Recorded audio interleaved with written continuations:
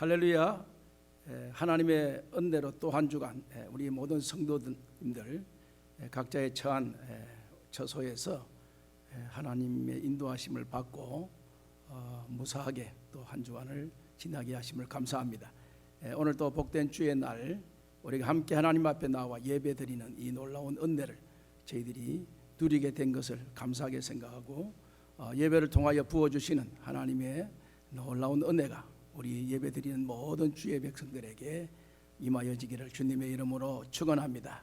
우리 380장 찬송 부르시면서 예배 자리로 나아가십시다.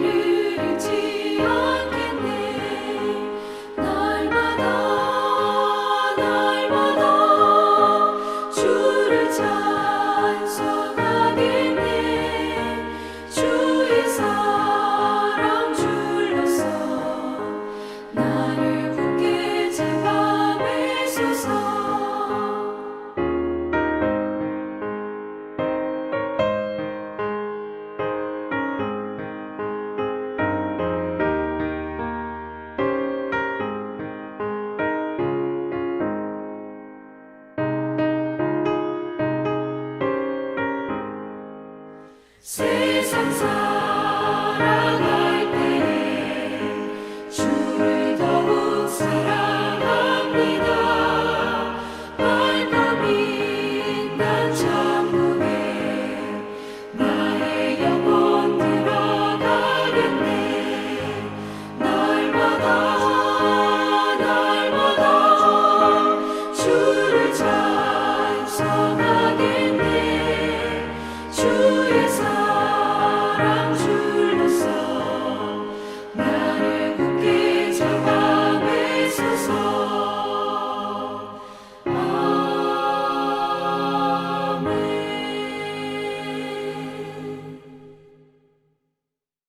나의 생명 되신 주님, 이 시간 주님 앞에 나올 수 있도록 우리에게 흘리신 보혈의 피로 정결하게 해주심으로 오늘도 사유하심이 주께 있음을 우리가 깨닫게 하시며 믿게 하시며 알게 해주셔서 오늘도 주님 앞에 나와 우리의 모든 삶을 주님 앞에 내려놓고 주님이 주시는 말씀으로 위로와 평강의 기쁨을 허락해 주시는 예배를 축복으로 허락해 주신 것을 감사합니다.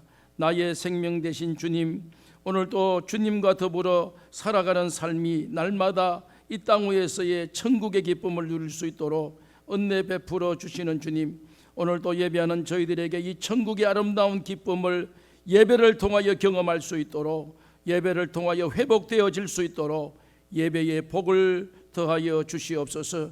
갈급한 우리의 심령에 말씀의 단비로 채워주셔서 흡족한 은혜를 베풀어 주심으로 예배를 통하여 부어주시는 한량없으신 하나님의 은총이 오늘 모든 예배하는 주의 백성들에게 충만케 하여 주시옵소서. 예배 시종을 전능하신 하나님의 손을 올립니다.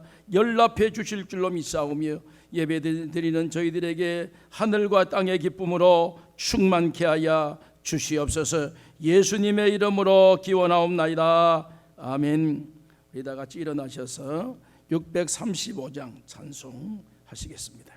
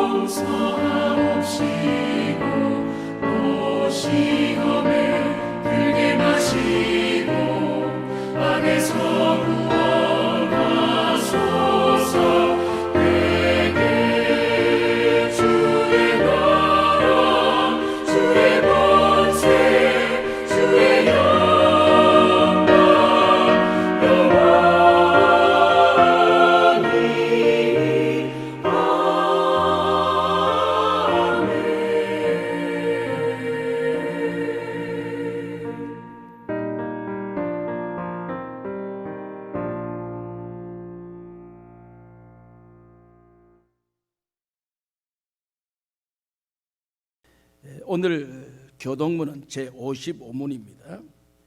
교동문 55문 교독하시겠습니다. 교동문 제55문. 여호와께서 집을 세우지 아니하시면 세우는 자의 수고가 헛되며 여호와께서 성을 지키지 아니하시면 파수꾼의 깨어 있음이 헛되도다. 너희가 일찍이 일어나고 늦게 누우며 수고의 떡을 먹음이 헛되도다. 그러므로 여호와께서 그의 사랑하시는 자에게 잠을 주시는도다. 보라, 자식은 여호와의 기업이요 태의 열매는 그의 상급이로다. 젊은 자의 자식은 장사의 수중의 화살 같으니 이것이 그 가득한 자는 복되도다. 그들이 성문에서 그들의 원수와 담판할 때 수치를 당하지 아니하리로다. 아멘. 사도신경으로 우리의 신앙을 함께 고백하시겠습니다. 전능하사 천지를 만드신 하나님 아버지를 내가 믿사오며 그 외아들 우리 주 예수 그리스도를 믿사오니 이는 성령으로 잉태하사 동정녀 마리아에게 나시고 본디오 빌라도에게 고난을 받으사 십자가에 못 박혀 죽으시고 장사한 지 사흘 만에 죽은 자 가운데서 다시 살아나시며 하늘에 오르사 전능하신 하나님 우편에 앉아 계시다가 저리로서 산자와 죽은 자를 심판하려 오시리라.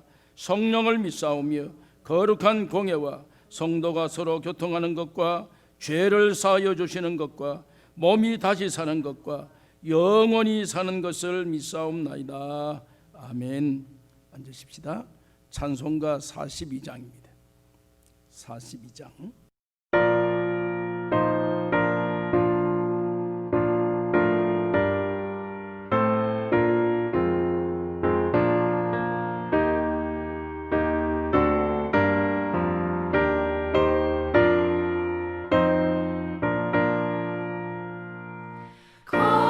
거룩한 주님께 예배를 드리세. 무릎을 꿇고서 영광 돌려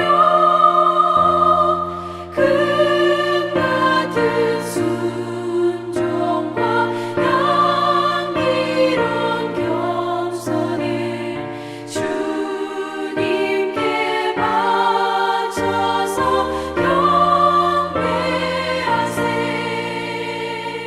주 앞에 삼가서 겸손히 행하면 주 너를 언제나 돌보시리. 말씀엔 위로와 기도의 응답을 내 갈 길 바르게 인도하리.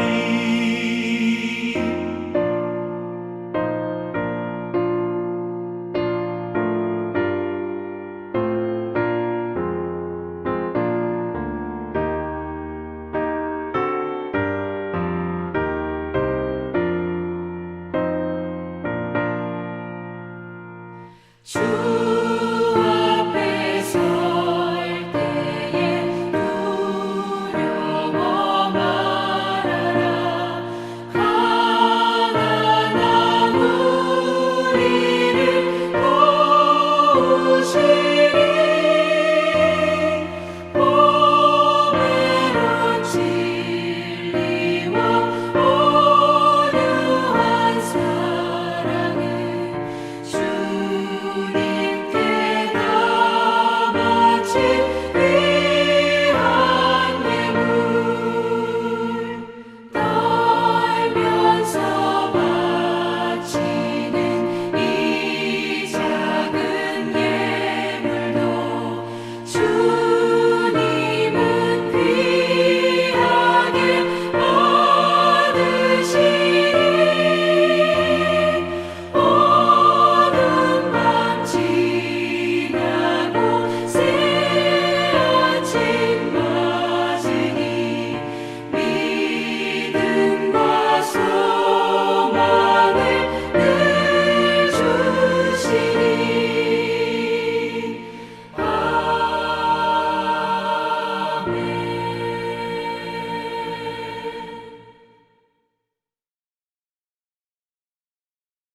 김종덕 목사님 기도 인도하시겠습니다.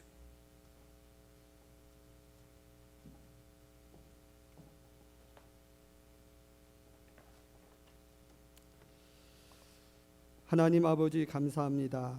오늘 세상은 코로나 바이러스로 온통 염려와 불안으로 가득하지만 예배하는 우리들은 하나님을 아버지라 부르는 특권을 받아 우리들의 형편과 처지를 아뢰고 하나님의 큰 위로와 돌봄을 받을 수 있으니 감사를 드립니다. 세상의 금은 보화로도 이 특권을 살 수 없음을 압니다. 오직 독생자 예수 그리스도를 십자가에 죽게 하신 하나님의 사랑만이 우리로 구원에 이르게 하고 이 세상을 능히 이길 수 있는 믿음을 갖게 하심을 깨닫습니다. 오늘 예배 중 그 하나님의 사랑을 깊이 묵상하게 하시고 믿는 자로서 주시는 신비한 영적 비밀을 깨달음으로 어떤 어려움 속에서도 기쁨과 감사를 잃지 않게 하시고 매일매일 신실하신 아버지 하나님을 경험하게 하여 주시옵소서. 하나님 앞에 나아가는 우리 모두가 하늘의 평강과 위로 받기를 원합니다. 그래서 십자가 앞에서도 두려움 없이 사명을 감당하셨던 예수님처럼 우리도 그렇게 승리하게 하여 주시옵소서. 그리고 미래에 대한 소망과 비전을 얻게 하여 주시옵소서. 그래서 우리가 세상에서 환난을 경험하지만 강하고 담대하게 주님의 자녀로서의 삶을 지킬 수 있도록 은혜를 베풀어 주시고 모든 것이 하나님의 경륜인 것을 깨달아 알아 하나님의 주권을 인정함으로 환난 중에도 흔들림 없이 인내로 소망을 가짐으로 하나님의 뜻을 성취해 나가는 귀한 교회의 사명을 다하는 성도들 되게 하여 주시옵소서. 벌써 한 해의 반을 다 보내는 5월의 마지막 주를 맞이합니다. 시간이 얼마나 빠른지요. 우리 모두가 세월을 아끼고 근신하게 하여 주시옵소서. 그리고 우리들의 자녀들에게 세상을 분별할 지혜를 주시어서 세상의 사변적인 지식과 우리들의 안목을 현혹시키는 화려함과 편리함에 빠져들지 않게 하시고 어떤 악한 것은 그 모양이라도 따라하지 않는 귀한 자녀들 되도록 은혜를 베풀어 주시옵소서. 실력과 자격을 갖춘 미래 인재로서 다윗과 같이 하나님의 마음에 합당한 자라는 칭찬을 받게 하시고 세상 사람들에게조차 존경과 사랑을 받는 자녀들이 되어 이 세상에 하나님의 존재를 분명하게 알리는 거룩한 삶을 살게 하여 주옵소서. 불법이 성행하는 그곳의 빛으로 속으로 살아가는 올곧은 그리스도인이 되게 하여 주옵소서. 우리 모두가 작은 곳을 밝히는 그리스도인으로 살아감으로 이 세상을 하나님이 기뻐하시는 하나님의 나라로 변화시켜 나가는 그런 인물들, 그런 성도들 되게 하여 주옵소서. 가정천국, 일터천국을 이루게 하여 주옵소서. 우리들의 부모님들에게 건강을 주시되 영혼육의 강건함을 주시옵소서. 하나님의 나라에 대한 소망과 하나님의 나라 성취의 비전을 갖게 하시고 연로하고 약해지는 육체로 인해 낙심하지 않게 하여 주옵소서.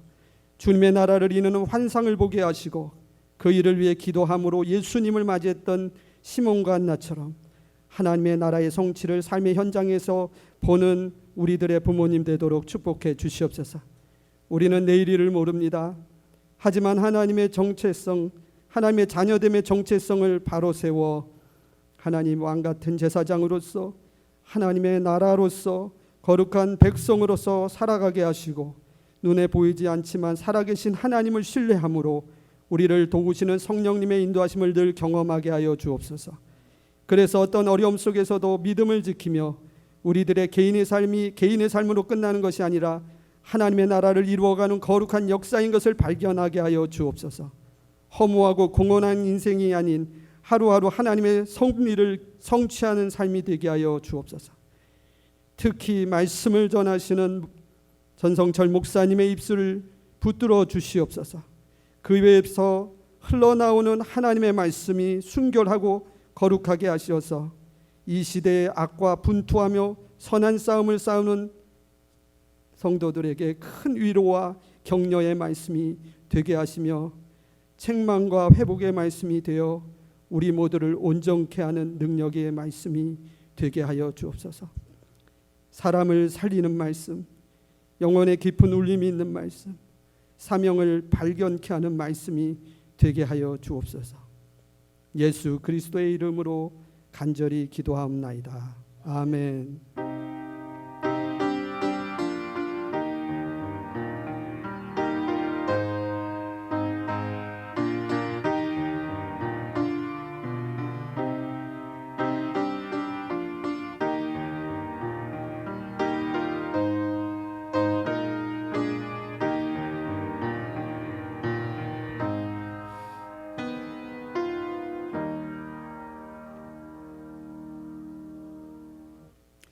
오늘 우리가 함께 나눌 하나님의 말씀은 구약성경 여호수아서 8장 30절 말씀에서 35절 말씀까지 함께 합독을 하시겠습니다. 여호수아서 8장입니다. 8장 5절밖에 되지 아니하므로 우리가 함께 우리 가족들이 함께 합독으로 오늘 이 본문 말씀을 읽도록 하겠습니다. 여호수아서 8장 30절 말씀입니다. 그때에 여호수아가 이스라엘의 하나님 여호와를 위하여 에발산에 한 제단을 쌓았으니 이는 여호와의 종 모세가 이스라엘 자손에게 명령한 것과 모세의 율법책에 기록된 대로 쇠 연장으로 다듬지 아니한 새 돌로 만든 제단이라. 무리가 여호와께 번제물과 화목제물을 그 위에 드렸으며 여호수아가 거기서 모세가 기록한 율법을 이스라엘 자손의 목전에서 그 돌에 기록하며 온 이스라엘과 그 장로들과 관리들과 재판장들과 본토인뿐만 아니라 이방인까지 여호와의 언약궤를 맨 레위 사람 제사장들 앞에서 궤의 좌우에 서되 절반은 그리심산 앞에 절반은 에발산 앞에 섰으니 이는 전에 여호와의 종 모세가 이스라엘 백성에게 축복하라고 명령하신 대로 함이니라. 그 후에 여호수아가 율법책에 기록된 모든 것대로 축복과 저주를 하는 율법의 모든 말씀을 낭독하였으니 모세가 명령한 것은 여호수아가 이스라엘 온 회중과 여자들과 아이와 그들 중에 동행하는 거류민들 앞에서 낭독하지 아니한 말이 하나도 없었더라. 아멘. 우리 찬송 한 장 더 하십시다. 257장 찬송하십시다. 257장입니다.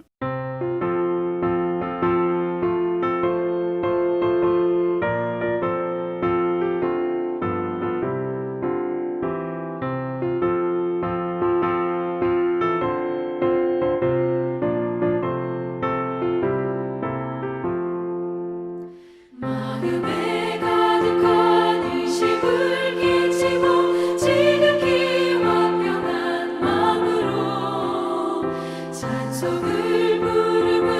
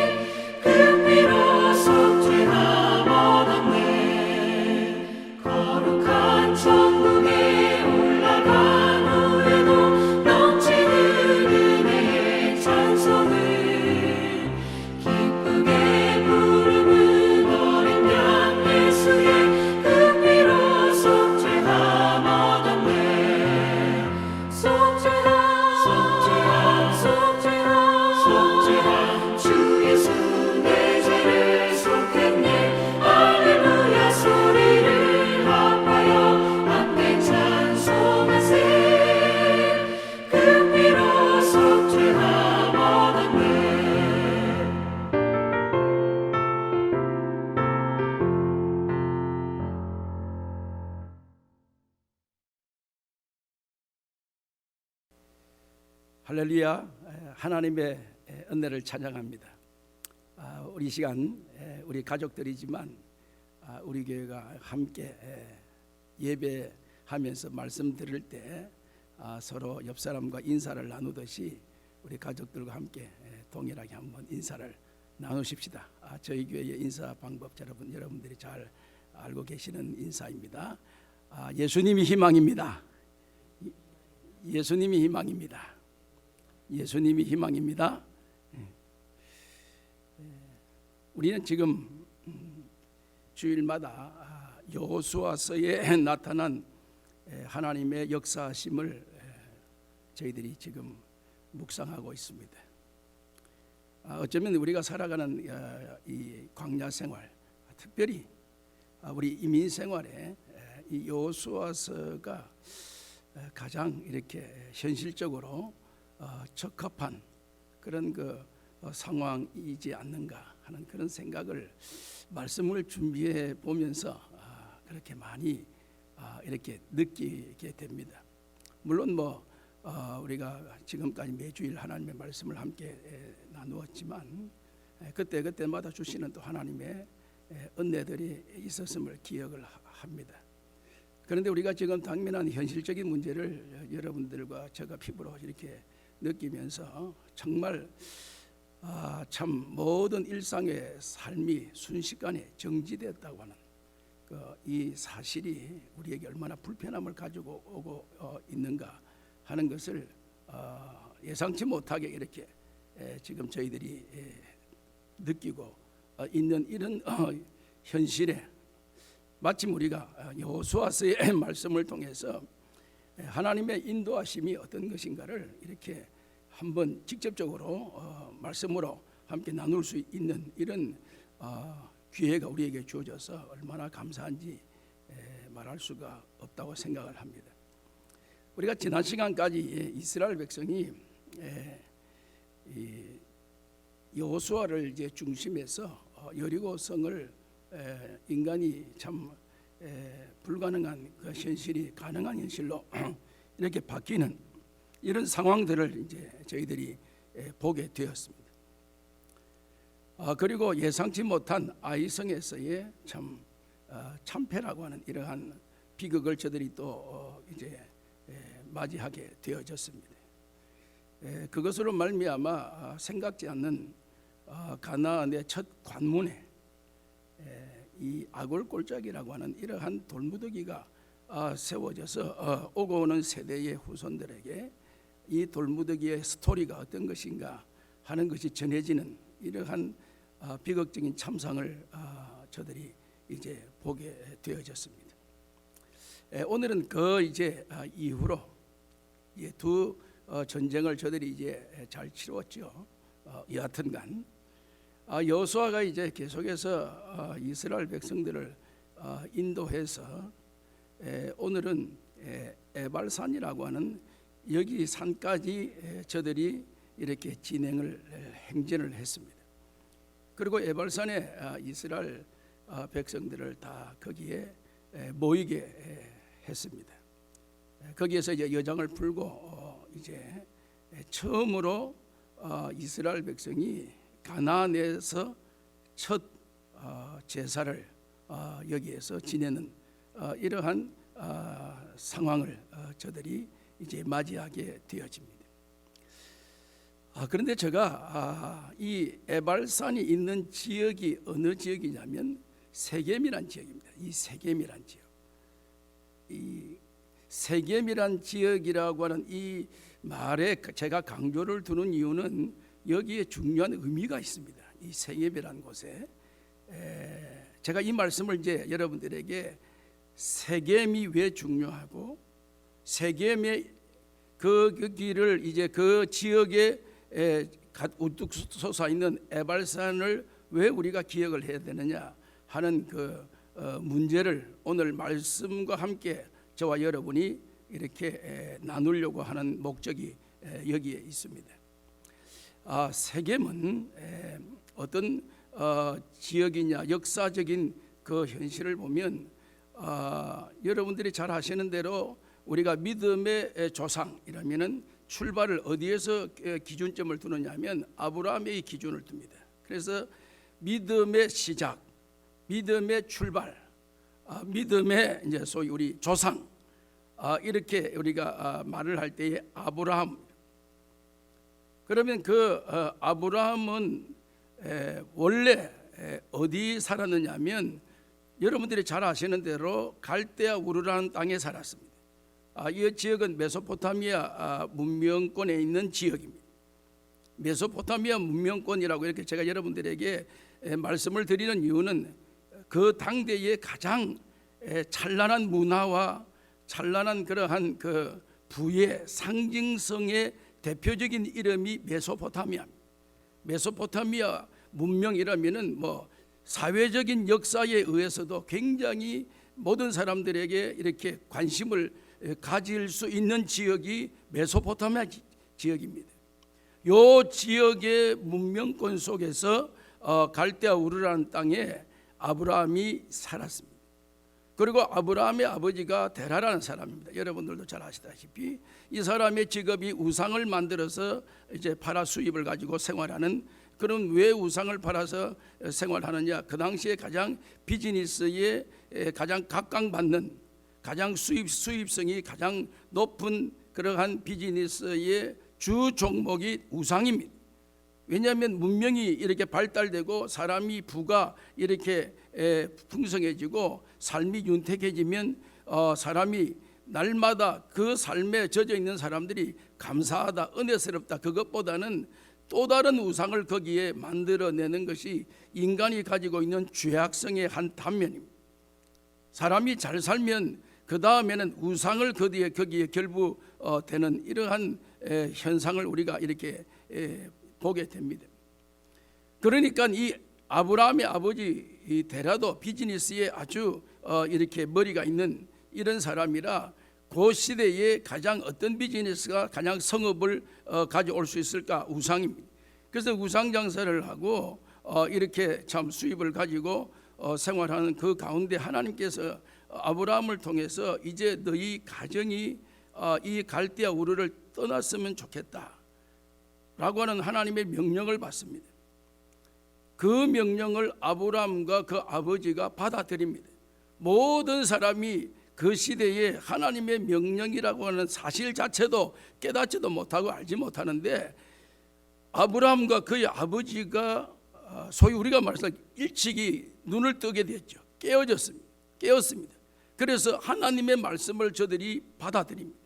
받아들이고 하나님의 말씀을 수용하고 지금까지 살고 있던 모든 삶을 다 정리하고 보점을 싸서 하나님이 지시하시는 땅으로 이제 삶의 거주지를 이동합니다. 옮기게 되어집니다.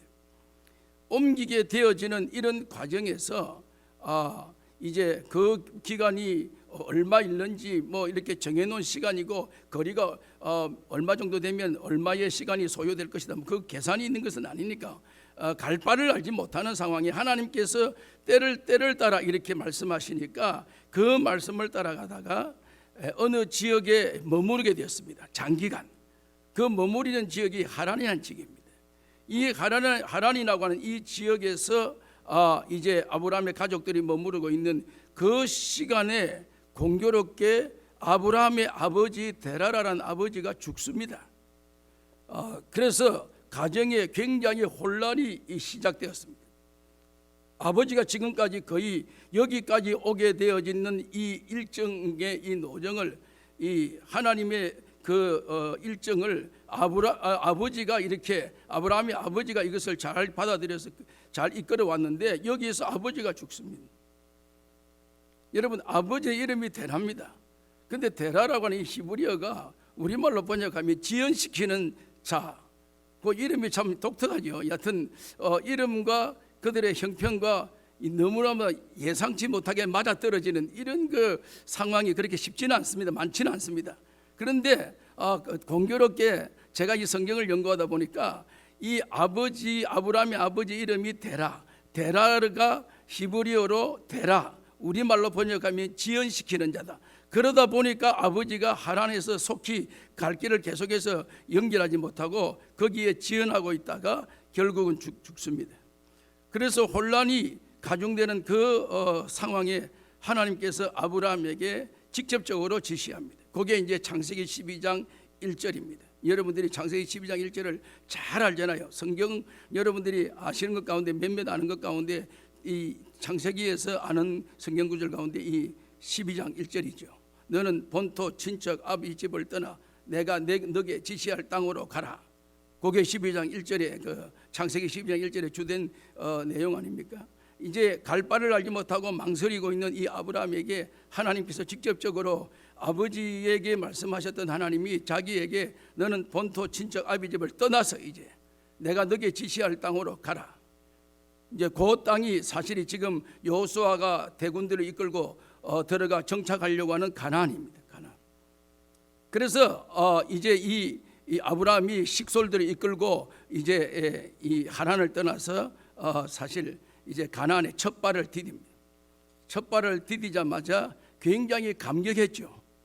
왜냐하면 아버지와 함께 왔으면 좋았을 텐데 아쉬움은 있지만 그래도 일단 하나님의 명령에 의해서 우리가 이 하나님이 약속했던 거주지의 첫 발을 디디는 이 땅, 가나안 땅. 그래서 그 땅을 이제 저들이 밟자마자 하나님 앞에 감사해서 하나님 앞에 제사를 지냅니다. 그 제사를 지내는 그 장소가 세겜입니다. 그래서 하나님께서 내가 너에게 복을 주며 첫 제사를 드리는 그 현장에 하나님께서 내가 너에게 복을 주며 가나안에 있는 첫 장소, 첫 땅입니다. 그게 이제 아브라함이 가지고 있는 세겜의 역사입니다. 그 다음에 두 번째 이스라엘의 족장은 이삭이지만 이삭은 대표적인 족장은 되질 못하고 야곱으로 이제 넘어옵니다. 그러면 이 야곱 여러분 잘 아시죠? 야곱은 어머니 뱃속에서 나올 때부터 시작해서 형과 다툼이 시작되고 그래서 형의 발꿈치를 잡고 나와서 이제 참 자기는 이게 장자가 되고 싶은 열망이 뱃속에서부터 있었지만 결국은 현실은 그는 차자가 되고 형은 에서가 되어지므로 그 히브리 민족의 그 율법적인 법령에 의해서 결국 형인 에서가 모든 축복의 권한을 다 가지게 되는 이러한 그들의 가정사를 보면서 그의 어머니도 안타까워하고 야곱의 어머니도 야곱을 편애하니까 야곱을 원망사 아버지는 에서를 좋아하고 어머니는 야곱을 좋아하니까 야곱 편에서 집안에서 어떻게 하든지 이 장자의 권한을 이 차자인 야곱이 받았으면 하는 그런 어머니의 야심찬 생각에 결국 아버지를 속여서 야곱에게 축복을 이렇게 탈취하는 야곱이 축복의 권한을 이제 소위 말하는 이제 빼앗는 그런 일련의 과정을 우리가 이제 다 보고 있지 않습니까? 그리고 그래서 그 이후로부터 우리가 야곱이라면 무언가 그들의 그 과거는 야곱이란 과거 자체는 우리에게 좋은 인상을 남기지 않는 사람입니다. 뭐 사기를 친다든지 뭐 거짓말을 한다든지 주로 이게 여기에 대명사가 야곱입니다. 야곱. 인간적인 수단 방법을 가리지 않는 이러한 대명사가 야곱. 그러나 그 집안에서 이런 문제가 발생되니까 더 이상 그 집에 살기가 굉장히 힘들어지고 형으로부터 언제 죽임을 당할지 모르는 그러한 위기적 상황이라 어머니께서 이 야곱을 빼돌려서 자기 외삼촌 집 라반이라고 하는 집에 이 야곱을 빼돌립니다. 야곱이 이제 참 신세가 도망자의 신세죠. 같이 집에 부모님과 함께 살지 못하고 이제 어릴 때부터 이제는 참 객지 생활을 시작하는 이 비운을 안고 외삼촌 집으로 가다가 해는 저물고 어두워지고 배는 고프고 이제 돌베개를 하고 하늘을 쳐다보고 이제 들판에서 야영에서 이제 잠을 청하려고 하늘을 쳐다보고 있을 때 수많은 별들이 반짝거리고 있습니다. 거기 그 땅이 루스라는 땅입니다. 루스라는 땅입니다. 그게 이제 우리가 흔히 아는 그 베델이라는 베델로 올라가자라고 하는 그 땅이 루스라고 하는 땅입니다. 이 땅에서 잠을 자다가 밤에 꿈에 사닥다리가 내려오고 사닥다리가 자기 앞에 내려오면서 천사가 오르락 내리락 하고 그 오르락 내리는 천사를 따라 고개를 들어 하늘을 쳐다보니 하나님께서 그 위에 계시면서 이 야곱에게 말씀을 합니다. 그 음성을 그가 듣습니다. 그가 들어서 내가 어디로 가든지 내가 너와 함께 할 것이다. 내가 너 편이 될 것이다. 내가 너를 도와줄 것이다. 내가 너의 힘이 될 것이다. 야곱이 거기에서 하나님의 사명을 받습니다. 하나님의 음성을 듣습니다. 그걸 듣고 다시 가서 이 외삼촌 집에 들어가서 사는데 외삼촌이 만만찮죠. 외삼촌도 보통 사람이 아닙니다. 야곱을 능가하는 사람입니다. 이런 사람 집에서 살다가 뭐 지금 이 야곱의 일생을 다 이야기 뭐 하도 우리 교회는 야곱 이야기를 많이 들었기 때문에 뭐 그렇게 넘어가고 여하튼 20년 동안 쏘기는 이러한 이 과정을 야곱이 겪게 됩니다.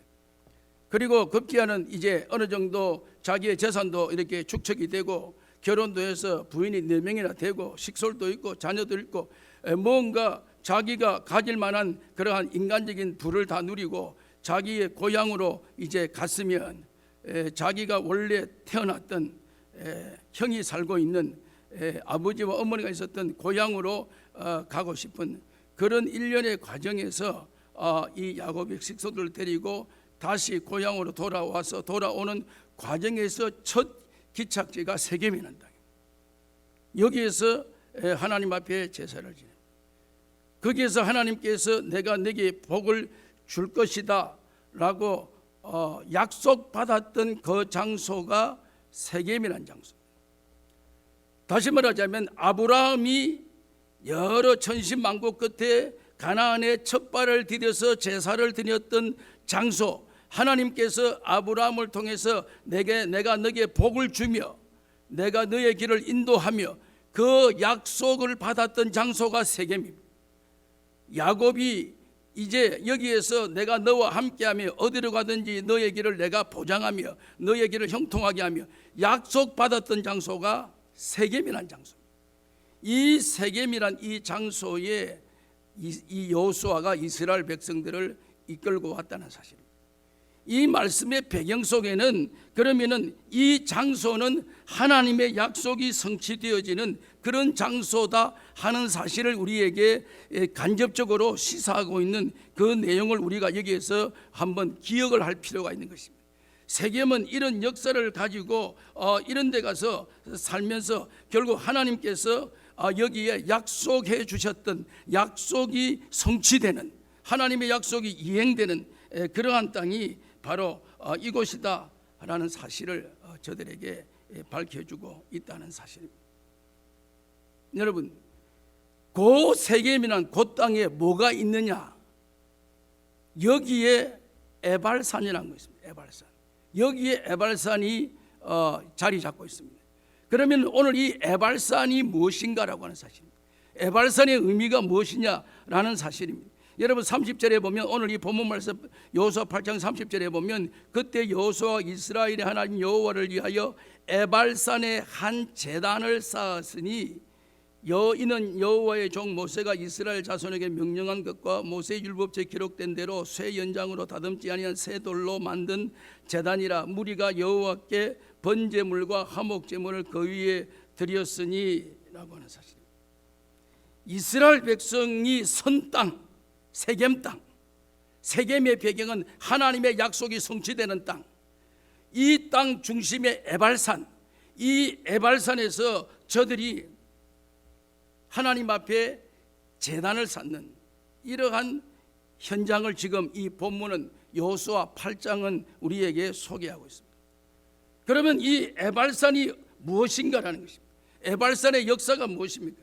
여러분 신명기 11장 29절 이하의 말씀에 보면 신명기에 모세가 이스라엘 백성들에게 설교하면서 이런 설교합니다. 이제 너희들이 가나안에 들어가면 에발산과 이 거리심산이 산 2개가 있다. 세겜 땅에 가면 산이 2개가 딱 있는데 이 산이 2개가 우리에게 굉장히 상징적인 의미를 보여주는데 에발산에 너희들이 있으면 거기 저주를 선포되는 것이다.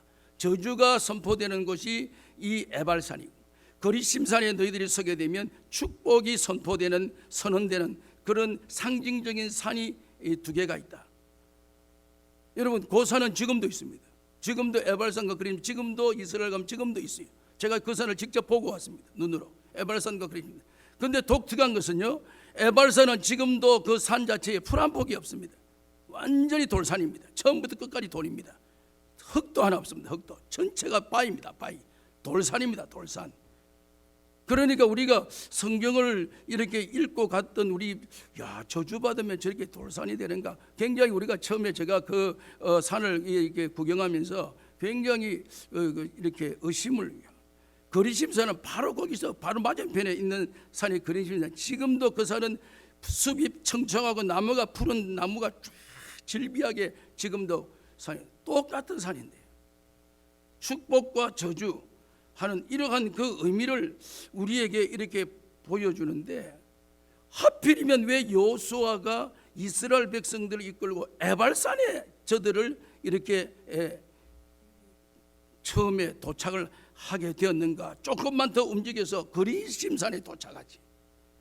축복이 선언되는 그 땅에 이스라엘 백성들을 데려다 놓고 하나님의 축복을 받고 하나님의 축복의 음성을 듣고 하나님의 축복의 은혜를 거기서 받고, 우리가 볼 때는 스케줄이 얼마나 좋습니까? 그런데 독특한 것은 여호수아가 어떤 영문인지 모르지만 이스라엘 백성들을 이끌고 에발산에 그들을 인도합니다.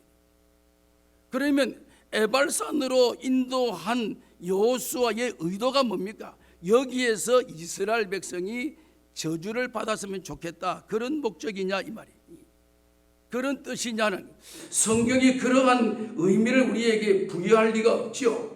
하나님께서 애굽에서 저들을 뽑아서 40년 동안 광야의 고된 훈련과 고된 역경과 고난을, 시련을 겪게 하시고, 그에 겪게 하신 하나님의 궁극적인 마지막 목적은 너희들이 가나안에 들어가서 살아라. 적과 꿀이 흐르는 포도가 기한전에 떨어지지 아니하고 실과가 풍성하고 물이 사시청청 흐르고, 오늘 우리가 새벽기도 여러분들과 함께 이렇게 새벽 신명기에서 지금 말씀을 묵상하고 있는데, 그 묵상해 보면 가나안이 어떤 장소인가를 쫙 설명하고 있는데, 이런 장소에 저들을 이끌어서, 하필이면 저주받는 장소에 이들을 이끌어서 다 저주받아서 다 싸그리 멸망시키려고 작정한 것인가라는 의심입니다. 여러분, 그렇잖아요. 왜 거기에 인도했을까요? 여호수아가 인도했습니까? 하나님이 인도했습니다. 여호수아가 자기의 작전과 자기의 계획대로 이것을 이끌어 온 것이 아니라, 하나님께서 이스라엘 백성을 여호수아를 통해서 이끌어서 어디까지? 에발산까지 하나님이 이끌어 오셨다라는 사실. 하나님이 그들을 여기다 데려다 놓고, 여러분, 여기에는요, 하나님의 아주 중요한 말씀하시고자 하시는 하나님의 메시지가 여기 담겨 있습니다. 여기에 인도하신 하나님의 의도, 가나안 땅까지 인도하셨는데, 이것은 백성들이 순종을 잘해서 열심히 노력해서 여기까지 인도함을 받은, 아니요. 저들의 광야 생활을 돌이켜보면 시간만 나면 불평입니다. 시간만 나면 불순종입니다. 시간만 나면 원망입니다. 시간만 나면 날마다 과거 생각합니다. 돌아가자. 애굽에 매장지가 없냐? 왜 우리가 광야에 죽어야 되냐? 그들의 모든 삶을 한마디로 종합하면 날마다 불평과 원망으로 이렇게 점철된 그들의 삶의 현장을 가지고 있는 이스라엘 백성을 하나님께서 인도해서 에발산까지 오게 하신 하나님의 그 의도가 무엇이냐는 것입니다. 다시 말하자면 내 의도로 여기에 오게 된 것이 아니다라는 사실을 우리에게 입증하고 반영하고 있다는 사실입니다. 이 사실의 의미가 무엇을 우리에게 증거로 보여줍니까? 이것을 확대하면요, 오늘 우리가 구원받은 것이 전적인 내 능력과 내 지혜와 내가 어떤 가지고 있는 경험과 내 어떤 것으로 말미암아 내가 구원받았다 하는 것이 아니라는 사실을 오늘 이스라엘 백성의 에발산으로 인도하시는 하나님의 의도를 보면, 오늘의 우리의 구원 문제가 내 의도가 아니다는, 전적인 하나님의 주권적인 인도하심에 의해서 우리가 구원이라고 하는 이 엄청난 자리에 지금 서 있게 되어져 있다는 사실입니다. 오늘 우리가 이 자리에 서 있다는 것은 우리는 죄와 허물로, 바울이 에베소 교회 설교 내용을 그대로 옮겨오면 죄와 허물로 죽었던 우리다라는 사실입니다. 이 이스라엘 백성을 에발산에 갖다 놓고 그들의 지금까지의 행적을 더듬어 보면 이들은 이미 죄와 허물로 죽어 마땅할 그런 이스라엘의 과거사의 백성들이 아니냐. 오늘 우리가 우리의 과거의 역사를 보면 오늘 우리가 구원받을 만한 어떠한 은혜와 어떠한 능력, 어떠한 권능과 어떠한 조그만한 어떠한 근거가 우리에게 있는 게 어디 있느냐? 전혀 없다는 것입니다. 우리의 구원은 전적인 하나님의 자기 주권에 의해서, 자기의 작정에 의해서, 자기의 결정에 의해서 우리를 이끌어 주셨다는 사실. 이스라엘 백성이 지금 이 자리에 있게 이 에발산에 지금 저들이 있게 된 그 배경은 전적인 하나님의 주권에 의해서 이루어지게 되어졌다는 사실입니다. 여러분, 그러면 에발산의 의미가 뭡니까? 여호수아 8장 31절 말씀에 넘어가면 이곳에 와서 이곳에서 이들을 이끌어내어서 이곳에서 처음에 가나안 땅에 저들이 첫 발을 디디고 여리고성과 아이성의 여러 가지 과정을 거쳐서 첫 발을 디디는 이 세겜 땅, 하나님이 이 땅을 약속으로 아브라함과 야곱에게 주셨던 이 땅에 에발산에 저들이 서서 우리 자신을 돌아보면, 우리의 과거를 돌아보면 죄와 허물로 죽을 수밖에 없었던 그들의 추잡한 과거를 가지고 서 있는 이 에발산 앞에 저들이 처음으로 행했던 일이 뭡니까? 제단을 쌓는 일. 그 제단이 뭡니까? 어린 양을 잡아서 피를 단 사면에 뿌리고 어린 양의 고기는 불을 태워서 다 연기를 하늘에 올리는 번제의 제단을 거기에 쌓는 것을 저들에게 보여주고 있습니다. 다시 말하자면 너희들이 지금까지 지내온 모든 과거의 삶은 에발산에 와서 너희들의 정체성을 드러내면 죽을 수밖에 없는, 너희들의 모든 행적을 다 하나하나 뜯어보면 여기서 살아갈 수 있는 사람은 하나도 없는, 하나님의 진노의 그 심판대 앞에 아무도 피해갈 수 없는 그러한 사람이지만 너희들을 대신해서 어린 양이 피 흘려 그가 죽임을 당하고 그 피로 말미암아 너희들에게 죄 사함을 허락하시는 하나님의 의도적인 그 의미의 현장이 에발산이라는 현장입니다. 오늘 저와 여러분들이 하나님의 제단에, 오늘 또 주의 제단에 나와서 우리가 하나님의 말씀을 들어야 될 이유가 무엇입니까? 하나님의 말씀의 진리를 깨달아야 될 이유가 무엇입니까? 오늘 우리의 과거는 죄와 허물로 죽었던 우리들, 우리의 능력과 우리의 자력으로는 구원받을 수 없는 완전히 비참한 인간의 결정체를 가지고 있는 오늘 우리가 오늘 주의 제단을 통하여서 어린 양이 우리를 위해서 흘리신 예수 그리스도의 십자가의 피의 은혜로 말미암아 오늘 또 사유함을 받고 여기서 회복함을 얻는 이 에발산이 오늘 하나님의 교회입니다.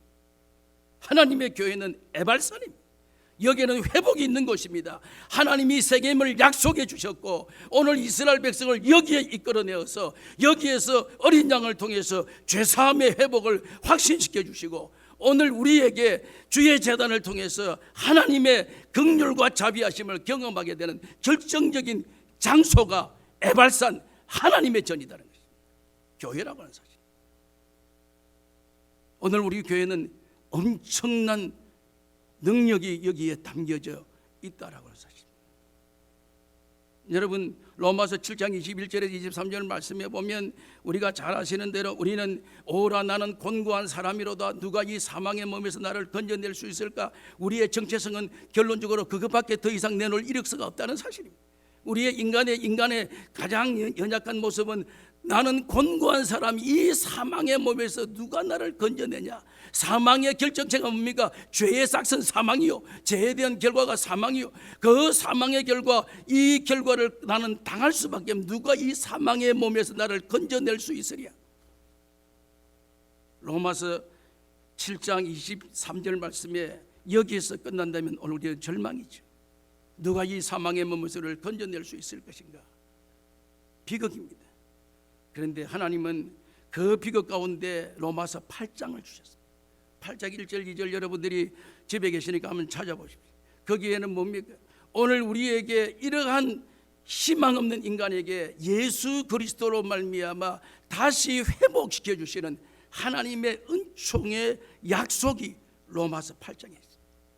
하나님의 말씀이 거기 우리에게 에발산의 복음이 어떤 것인가를 확신시켜주는 그러한 말씀의 중심을 가지게 되는 것입니다. 여러분, 오늘 우리의 예배가 무엇입니까? 오늘 우리 교회의 우리의 삶의 중심이 어디에 있습니까? 오늘 우리가 교회 생활, 신앙생활이라고 하면서 교회라고 하는 이 공동체는 어떤 사람, 어떤 누구, 어떻게 형성되고 하는 그러한 과정이 중요하지 않습니다.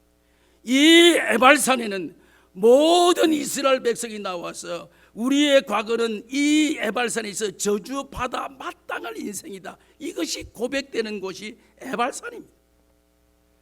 여기에서 회복의 축복을 누릴 수 있는 것은 어린 양이 여기에 희생 제물이 되심으로 말미암아, 됨으로 말미암아 회복의 기쁨을 누렸고, 이 에발산은 하나님이 이미 조상 때부터 아브라함 때부터 약속을 해 주셨던, 인정해 주셨던, 여기에서 내가 너희들을 회복시켜 주실 것이고 하나님이 너와 함께 하실 것이다 하는 아브라함과 야곱에게 약속으로 정해 주셨던 이 세겜 땅의 에발산, 오늘 우리에게 하나님의 성전, 하나님의 전, 우리가 믿음을 가지고 믿음으로 사는 하나님의 백성들의 가장 중요한 축복의 진원지가, 근원이 어디입니까? 예배의 장소. 예배의 장소 나온 오늘 저와 여러분들의 고백은 죄와 허물로 죽었던 우리들인데, 우리도 어린 양 그리스도의 십자가의 피의 공로로 죄 사함 받고, 여러분 우리가 찬송 부를 때에 조금 있다가 찬송 부를 때 그 찬송 우리가 함께 부르시겠는데, 죄에서 자유함 얻으려면 주의 보혈 능력이 있도다. 주의 보혈 능력이 있도다. 이 모든 문제의 가장 해결의 중심에는 주의 보혈의 능력으로 오늘 우리가 회복될 수 있는, 어디서? 에발산에서. 에발산은 저주의 산인데 이곳에서 모든 죄와 허물로 죽을 수밖에 없는 이 인생이 어린 양의 피의 보혈의 결과로 죄사함을 받는, 이것이 에발산의 축복의 복음이라는 사실.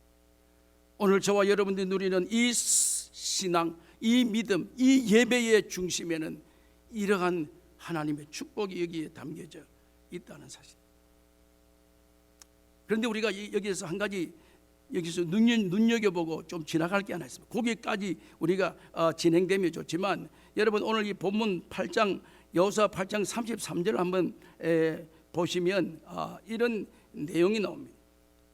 온 이스라엘과 그 장로들과 관리들과 재판장들과 본토인뿐만 아니라 이방인들과 여호와의 언약궤를 맨 레위 제사장들 앞에서 궤의 좌우의 서대 절반은 그림산 절반은 에발산에서, 이는 전에 여호와의 종 모세가 이스라엘에게 축복하라고 명령하신 대로 하였느니라. 그 후에 여호수아 율법제에 기록한 모든 것의 축복과 저주는 율법의 모든 말씀을 낭독하였으니, 축복과 저주의 말씀을 낭독하였으니, 축복과 저주의 말씀을 동시에, 이들이 에발산에 와서 제사를 지내면서 말씀을 받습니다. 그 말씀의 내용이 너희들이 여기까지 왔다, 너희들의 과거는 이러한 추한 과거를 가지고 있다, 이 산에 서서 너희들은 결정적으로 저주받아 마땅할 죄인이다.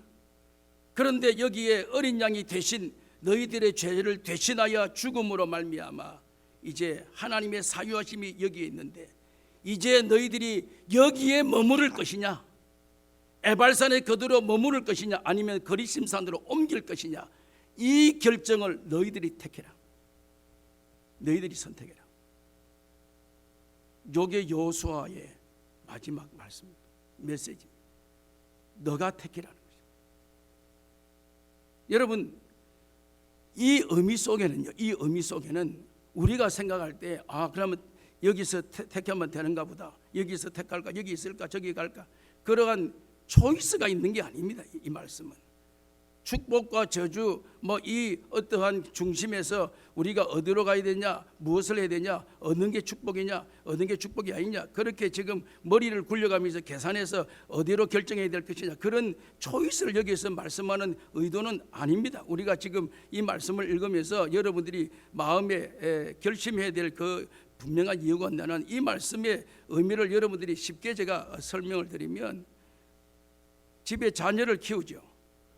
자녀를 키울 때 그 자녀가 참 이렇게 밥을 잘 안 먹습니다.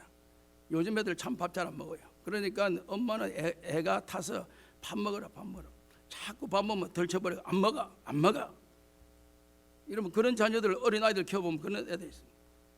그리고 어머니 한 몇 번 하다가 어머니도 좀 짜증이 나죠. 에이 모르겠다. 먹으려면 먹을 거 말만 말아라. 먹으려면 먹고 말만 말아. 어머니가 그달 자리를 박차고 일어나 버리고. 여러분, 그렇게 일어나는 그 어머니의 그 심정에 진짜 먹으려면 먹고 말면 말고 먹든지 말든지 죽든지 말든지 나는 몰라. 차라리 너 알아서 해. 그런 어머니의 심령은 한 명도 없습니다. 행동은 그렇게 하고 말은 그렇게 입에서 나오지만 실제로 그 어머니의 심정에는 그 자녀가 먹기를 그렇게 원합니다. 건강하게 자라나기를 그렇게 바랍니다.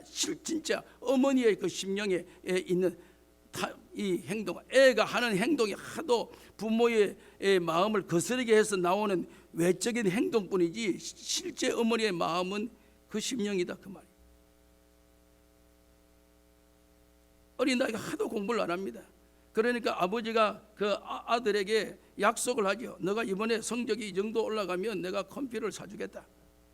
애는 컴퓨터가 가장 필요하니까 요즘에 하도 신세대 신형들이 나오니까 그래서 열심히 공부를 했습니다. 공부를 안 하던 애가 공부를 열심히 했습니다. 그러니까 성적이 올랐습니다. 기준이. 그러니까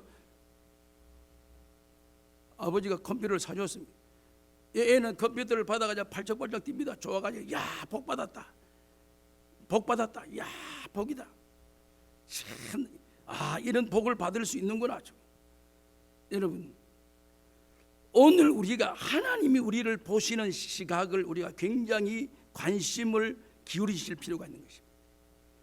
오늘 하나님은 때로는 너가 선택해라 라고 좀 강압적인 것 같지만, 우리가 잘 아는 대로 앞으로 여호수아 34장에 가면 여호수아가 마지막 고별 설교하면서 백성들에게 너희가 오늘날 섬길 자를 택해라. 하나님을 택할 거냐, 가나안 신을 택하냐, 택해라.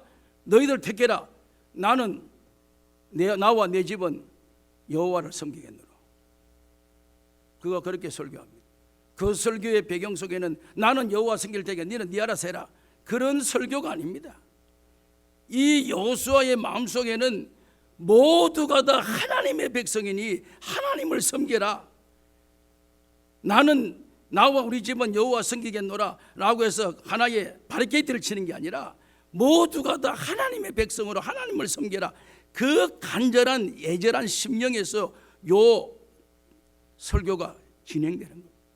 마찬가지로 지금 하나님의 의도는 이 백성들이 여기에 나와서 하나의 조그마한 일을 해서 그 일이 성사됨으로 말미암아 좋아가지고 거기에 대해서 내 어떠한 요구사항이 관철됐다고 펄쩍펄쩍 뛰는 어린아이의 그런 기쁨에 그런 수준의 하나님의 축복이 아니다, 그 말이에요. 하나님의 축복이라고 하는 이 축복의 그 개념은, 그것은 아직까지 성숙되지 못한 자들이 가지고 있는 행동이라는 것입니다. 성숙된 하나님의 백성의 축복이 뭡니까? 하나님의 의도가 무엇입니까? 하나님의 목적이 무엇입니까? 모든 하나님의 백성은 모든 주권이 하나님께로부터 오는 주권을 하나님이 가지고 싶은 것은 모두가 너가 다 가지라는 것입니다. 나는 떠날 것이고 너가 모든 걸 다 가지라. 그게 부모의 심령, 그것이 하나님의 마음입니다. 오늘 우리는 우리의 수준이 내가 요구하는 것 한두 가지가 응답됐다고 여기에 기뻐 뛰며 그럼 또 그 다음 문제가 또 내 앞에 또 닥치는데, 우리는 그 정도의 지엽적인 문제가 아니라 우리 하나님은 내가 하나님의 자녀 되었다고 하는 이 사실 자체가, 여러분, 오늘 우리에게 주시는 복음이 뭡니까? 오늘 우리가 오늘 또 주의 제단에서 우리의 입술을 열고 고백하면서 나 같은 죄인이 용서함 받아 하나님의 자녀 되었어. 말할 수 없는 하나님의 은혜의 장중에 붙들림만 되어 살아갈 수 있다는 이 사실 자체가 에발산의 복음이 되는 것입니다. 이것이 오늘 하나님이 우리에게 주시는 복음의 진실이라고 하는 것입니다. 오늘 우리는 이 에발산에 나와서 비록 우리가 대면으로 함께 하나님의 성전에서 예배를 드리지 못하는 지금 안타까움이 있지만 각 가정에서 드리는 예배이지만 여러분의 그 예배 가운데에서 여러분의 중심에 오늘 내가 이 자리에도 설 수 없는 에발산에도 올 수 없는 이러한 죄인이지만 하나님의 강권적인 인도하심으로 여기까지 왔고 여기서 내 자신을 돌이켜 보니까 죽을 수밖에 없는 죄인인데 그리스도의 십자가의 피공로로 사유함 받고 하나님의 은혜를 누렸어요. 오늘 우리로 말미암아 무궁무진한 하나님의 은총의 자리에 설 수 있다고 하는 이 사실이 우리에게 축복으로 다가와서 우리의 남은 생이 어떠한 생을 가든 우리는 하나님의 축복의 손 아래에 있다는 사실을 우리가 잊지 않고 살아가는 참된 축복의 근원이 될 수 있기를 주님의 이름으로 축원합니다. 살아계신 하나님, 이 아침에 저희들에게 참된 진실된 하나님의 말씀을 깨닫게 해 주신 것을 감사합니다. 날마다 우리는 우리의 정체성 모르고 이 모양 저 모양으로 사는 것에 급급하고 살아왔지만 에발산이 어디에 있으며 무엇하는 곳이며 그곳에서 어떤 일이 벌어지는가 우리는 생각지도 않지만 하나님께서 우리를 강권적으로 이끌어 오셔서 에발산이 우리를 세우시고 에발산은 저주의 산인데 저주의 산에서 내 자신의 과거를 돌아보고 죄와 허물로 죽었던 우리인 것을 인식하게 하시고 깨닫게 하시고 우리가 여기에서 사유함 받고 회복함 받을 수 있는 유일한 증거는 어린 양 그리스도의 십자가의 보혈의 은혜로 구원받고 하나님의 자녀 될 수 있었다고 하는 이 사실이 우리에게 감격이 되고 축복이 되고 하나님의 축복의 근원이 될 수 있도록 은혜 베풀어 주시기를 원하오며 이제 우리의 남은 인생 여정은 날마다 에발산을 기억하며 하나님께서 사유하심이 하나님께 있음을 깨닫고 날마다 죄에서 자유함 받고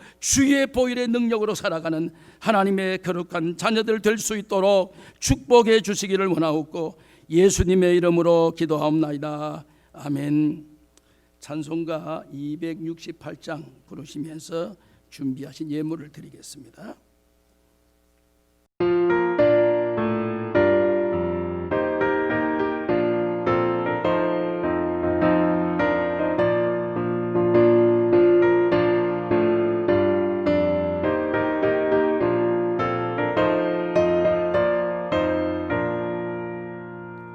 죄에서 자유를 얻게 하는 보혈의 능력 주의 보혈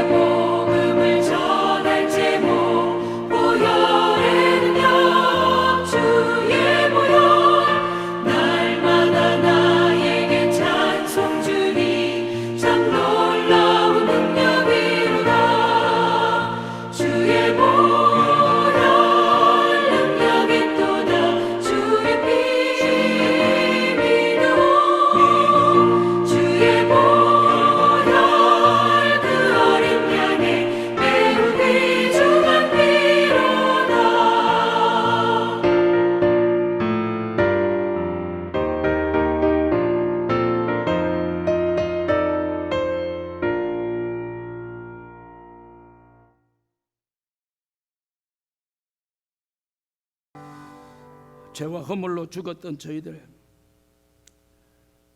에발산에서 저주받아 마땅할 저희들에게 주의 보혈, 능력의 보혈, 오늘도 그 보혈로 말미암아 우리에게 사유함을 허락해 주셔서 에발산의 축복을 회복할 수 있도록 은혜 베풀어 주신 주님께 감사를 드립니다.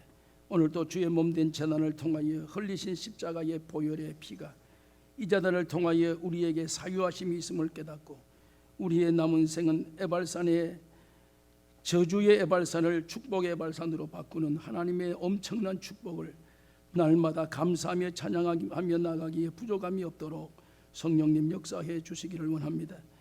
이 아침에도 저희들이 받은 은혜에 감사하여 제목을 붙여 주님 앞에 감사 예물 드린 사랑하는 성도들의 감사를 주님이 연락하시고 이 땅 위에 살아가면서 죄인이 구원받아 하나님의 자녀된 것만 해도 감사한데 때를 따라 일용할 양식을 허락하신 하나님의 은혜를 감사하는 우리의 삶이 되게 해 주신 것을 감사합니다. 오늘도 10분의 1을 구별하여 주의 말씀의 율례를 따라 주님 앞에 올려드리오니 연락해 주시고 오늘도 주여 우리와 우리의 자손들이 율례를 따라 살아가는 자들의 축복이 무엇인가가 증명될 수 있도록 하나님 복의 복을 더하여 주시기를 원합니다.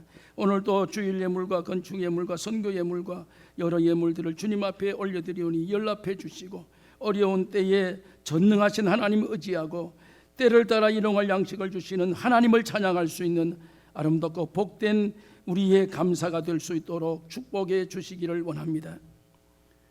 이제는 억만 죄악 가운데에서 영원히 죽어 마땅한 저희들에게 에발산의 회복의 축복을 주셔서 어린 양의 보혈로 우리를 구원해 주신 우리 구주 예수 그리스도의 크신 은혜와 하나님 우리 아버지의 말로 닿을 수 없는 그 놀라우신 사랑과 성령님의 교통하심이 오늘도 우리가 이 자단을 통하여 영육이 회복되어 우리의 삶의 현장으로 나아가는 사랑하는 모든 여수는의 가족들 머리 위에 이제로부터 영원 무궁토록 함께 계실지어다.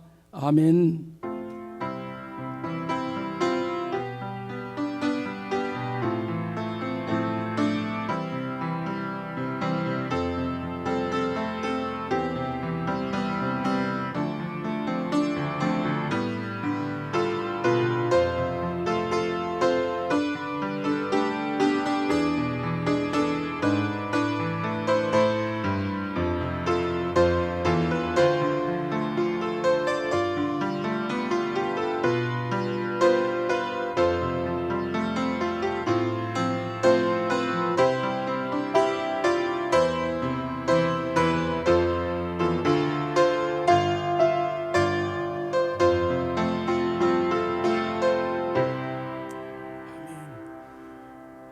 할렐루야, 감사합니다. 우리 2020년 여수님께 표를 한번 힘있게 외치고 우리의 삶의 터전으로 나아가십시다. 복음이 능력입니다. 복음이 능력입니다. 복음이 능력입니다. 할렐루야, 감사합니다. 아직까지 지금 별다른 변동사항이 없어서 오늘 확신된 광고를 드릴 수가 없어서 죄송합니다. 우리 교회의 대면 예배, 지금 온라인 예배로 지금 하고 있는데 대면 예배당에서 드리는 예배는 여러 가지 그 주지사나 또 지금 일리노이 주가 시행하고 있는 것을 맞추어서 시카고는 우리 교회 협의회에서 이 일들을 주관하고 있습니다. 그래서 예배를 예배당에서 드리자 안 드리자 이 모든 것을 교회 협의회에 이렇게 그 주관에 따라서 저희들이 행동을 통일하고 있습니다. 그래서 곧 아마 주중이라도 어떤 그 지침이 내려오면 여러분들의 그 카톡을 통해서 확신 이렇게 알려드리겠습니다. 위해서 기도해 주시고 이런 이유로 말하면 이번 주 토요일도 역시 6월을 시작하면 또 우리 새벽기도 특별 새벽기도회를 하는데 이번 달도 이렇게 취소하겠습니다. 개인적으로 기도를 집에서 하시기를 바라고요. 성경 문제 6월 달 거 다 이렇게 여러분들이 메일로 발송했는데 잘 살피셔서 여러분들의 신앙생활에 또 이렇게 좋은 이렇게 지침이 될 수 있었으면 감사하겠습니다. 대단히 감사합니다.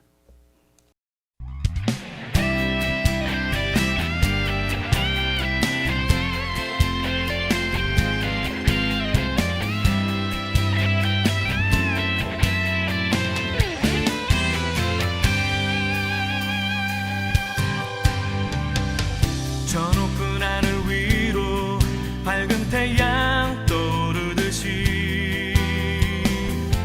난 주저앉지 않으리. 어떤 어려움에도 주의 길을 선택하리. 빛 가운데로 걸으리.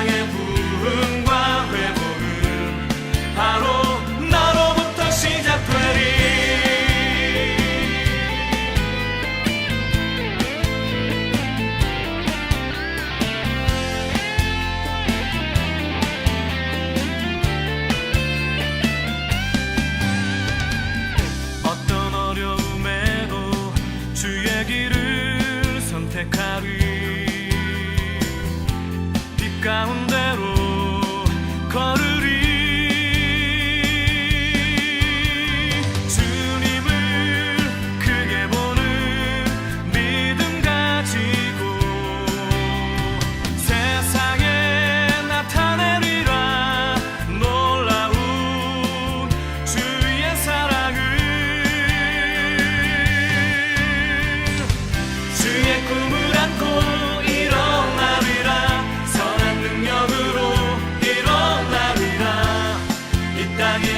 부흥과 회복은 바로 나로부터 시작되리. 주의 꿈을 안고 일어나리라. 선한 능력으로 일어나리라. 이 땅의 부흥과 회복은 바로 나로부터 시작되리. 주의 꿈을 안고 일어나리라. 선한 능력으로 일어나리라. 이 땅의 부흥과 회복은 바로 나로부터